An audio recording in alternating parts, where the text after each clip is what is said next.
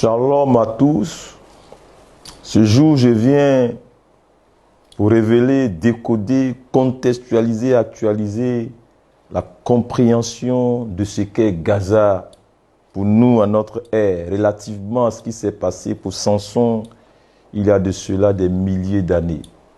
Alors, voici ce que dit le récit biblique sur notre légendaire héros oint par le Tout-Puissant. Nous sommes en Juge, le chapitre 16, à partir du verset 21. Les Philistins le saisirent et lui crevèrent les yeux. Il le fit descendre à Gaza et le lièrent avec des chaînes d'airain. Il tournait la meule dans la prison. Que c'est triste et pathétique. Il est là question de Gaza, de Samson à Gaza. Mais c'est quoi Gaza pour toi? C'est quoi Gaza pour moi? Que peut être Gaza pour nous à notre ère? Gaza, c'est quoi? Gaza, c'est la descente aux enfers des souffrances intérieures de nature à ruiner ta dignité humaine. Gaza, c'est un enfer doré. Là-bas, on donne à manger, à boire, du travail, de l'emploi, du boulot, un salaire, des promotions, des primes, des prix, des avantages matériels, de la célébrité, de la visibilité, du bling-bling, du luxe, mais au prix et au mépris de quoi? De ta dignité humaine. À Gaza, tu ris le jour du bout des lèvres, tu es tout seul, tu es rongé, détruit, anéanti au plus profond de toi-même. À Gaza, tu es fini, tu as vendu ton âme, on fait de toi une serpillière.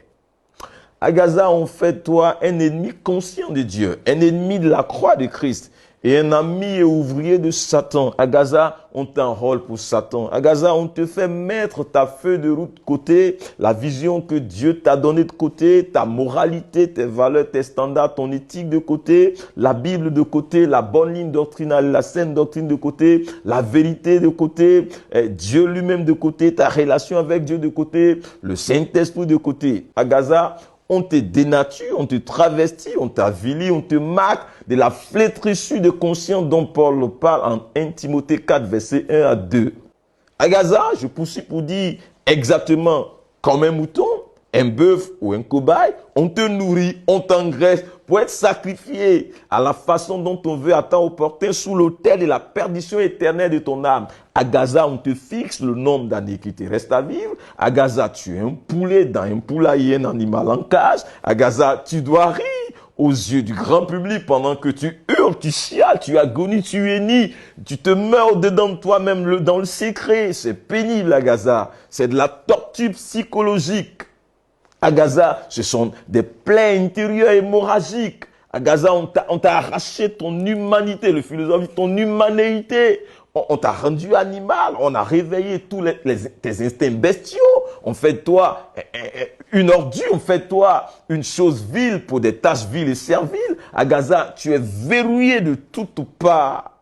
À Gaza, on te castre spirituellement, on te teint, on t'arrache ton âme, ta destinée, ton appel et ta mission.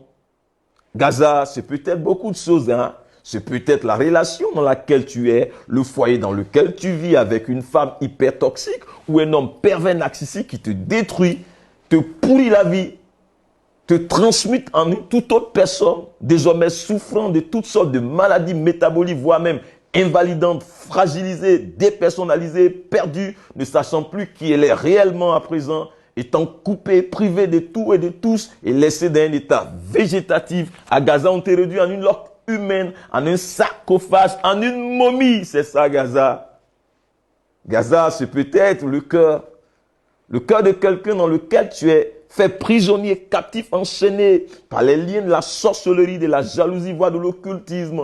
Gaza, c'est toutes les chaînes, tous les liens invisibles, toutes les alliances démoniaques, tous les hôtels sataniques par lesquels on te tient comme un animal en cage. Gaza, c'est tous ces environnements invisibles, spirituels, chargés d'énergie, de possession, de neutralisation par lesquels on a éteint ton étoile, étouffé ton potentiel, ravi tes grâces, on t'a réduit à moins que rien, on t'a sorti de ta destinée. C'est cela, Gaza.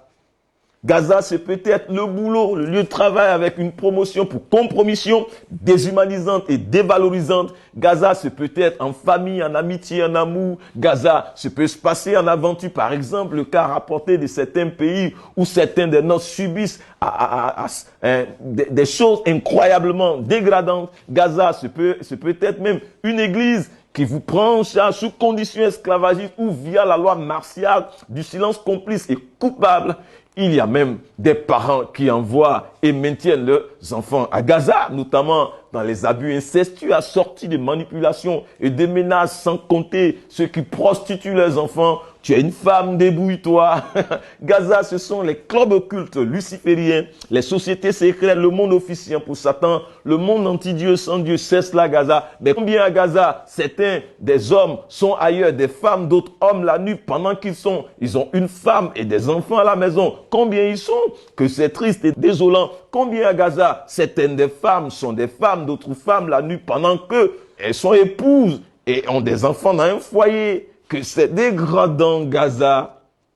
Laissez-moi vous dire qu'à Gaza, on te fait remplacer la grâce de Dieu par de la camelote, par de la fantaisie, par de la pacotille, par des artifices de succès, par du sarcophage, par des firoutis du diable, par de la comédie. À Gaza, on fait de toi un épouvantail qui doit simuler la puissance et l'onction, quoique spirituellement et masculinement est fini. À Gaza, on a volé ton âme avec ton propre consentement et alors on s'alimente de ton énergie vitale, de ton étoile pendant qu'on te fait végéter dans les labyrinthes du monde de l'obscurité, simulant au grand jour la joie, le bonheur, quoi que tu aies été fait, une véritable poubelle morale dorée, un esclave enchaîné à plusieurs tours comme ces prisonniers du Panama jugés extrêmement dangereux.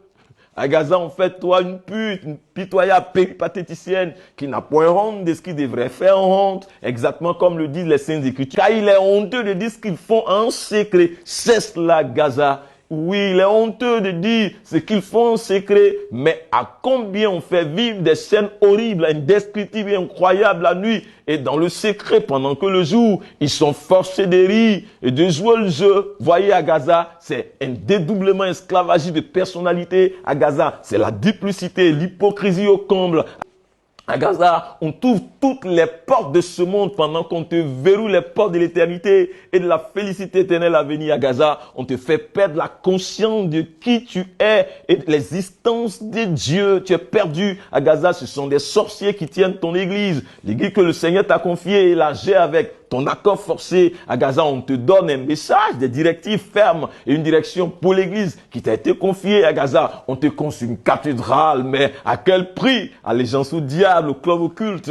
À Gaza, on alimente tes comptes bancaires pour un financement intensif, mais à quel prix? La perdition massive des âmes, la ventilation d'un faux salut, d'un faux évangile, d'un faux Christ, d'un faux Saint-Esprit, donc du feu étranger, des vaudois en point fini. À Gaza, on met tout à ta disposition, mais à quel prix? Que tu bosses pour le diable, que tu t'enrôles pour Baal, que tu t'adonnes au blasphème, à l'apostasie, aux fausses prophéties, aux faux miracles. Voici le prix à payer, ce qu'avait chanté alors James.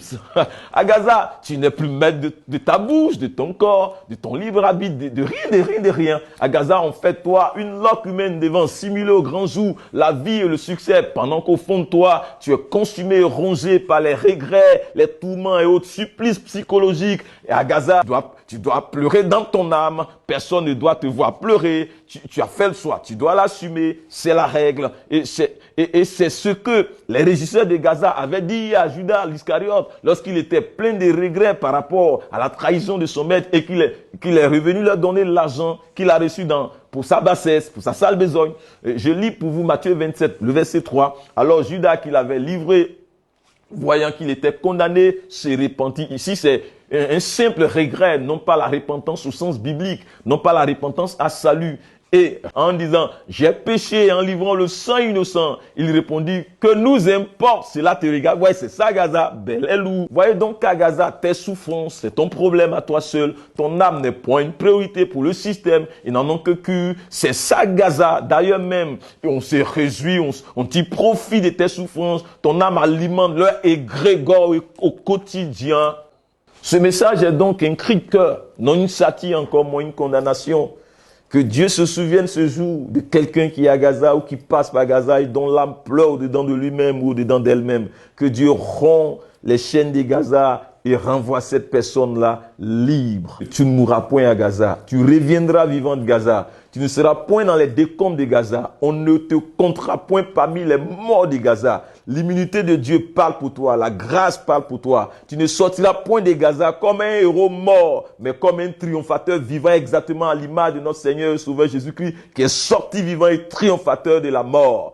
Par le pouvoir du Saint-Esprit, j'implose toutes les tombes de Gaza pour que tout ce qui t'appartient, qui est sorte sous l'onction de Dieu. Ce jour, je déclare ces paroles des Écritures sur tout potentiel captif de Gaza, sur tous ceux-là qui sont sous l'influence et l'énergie de Gaza, sur tous ceux-là qui sont dans les tombes et catacombes de Gaza, sur tous ceux-là qui sont dans les liens forçats de Gaza, sur tous les esclaves de Gaza qui s'ignorent tels. Je libère sur eux l'onction de Dieu. J'active dans leur vie l'onction de la rédemption, l'onction de la libération, l'onction de la restauration en Christ, dont il est dit en Luc 4.